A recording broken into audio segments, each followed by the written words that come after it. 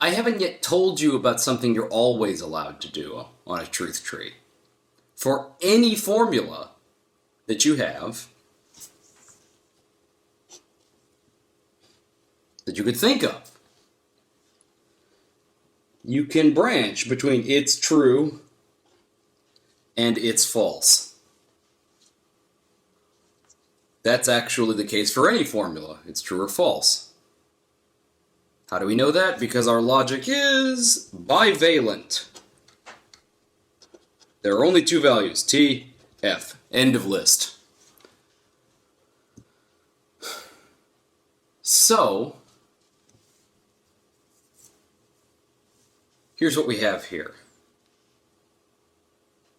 We have A, we have not B, and we have C.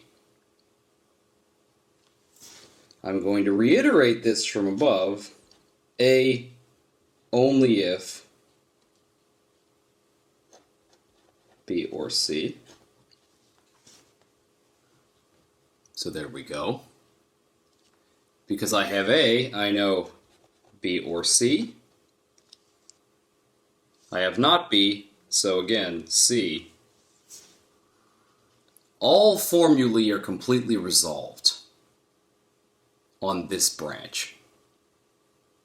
We know the value of A, we know the value of B, and we know the value of C.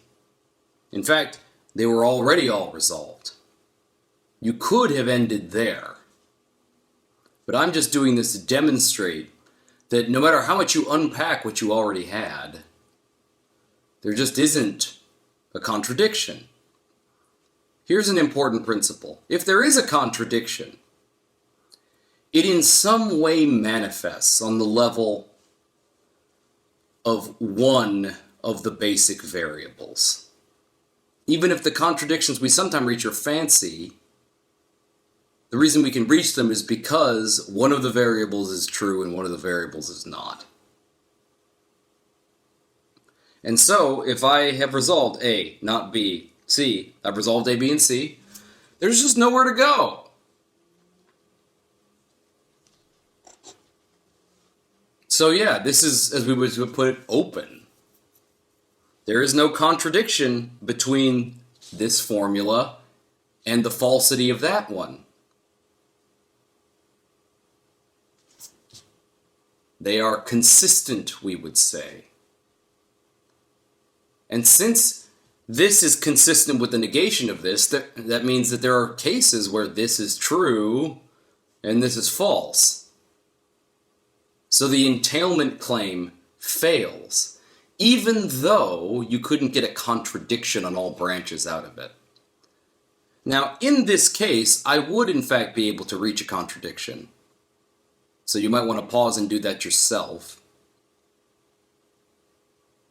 Okay, you're back, so let's do it. Well, I have not C and I have not B. Not B and not C. Remember De Morgan's? What does this add up to? It adds up to neither B nor C, so it is not the case that B or C. So if it's not the case that B or C, and if A then B or C, we use modus tollens. If I'm eating, then I'm alive. I'm dead, so I can't be eating. And derive not A. But what do I have here? A. So there's a contradiction on this branch, but not on all branches. Remember, these represent different possibilities. So one way things could go, the truth of this would rule out the truth of this, but not in all ways things could go. So there are some ways things could be with respect to A, B, and C, where the truth of this is consistent with the truth of this. And so if it's consistent with not this, then we can't say that this, when true, always makes this true. And so we have actually proven this, by the way.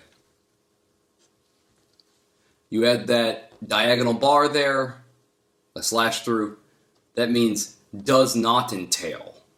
It doesn't mean entails the opposite. It just means does not entail. So this is a proof because there is one possibility where everything is where it is consistent with the falsity of the thing on the right, that this thing could be true, but this thing isn't. So this, given our definition of entailment, does not entail this.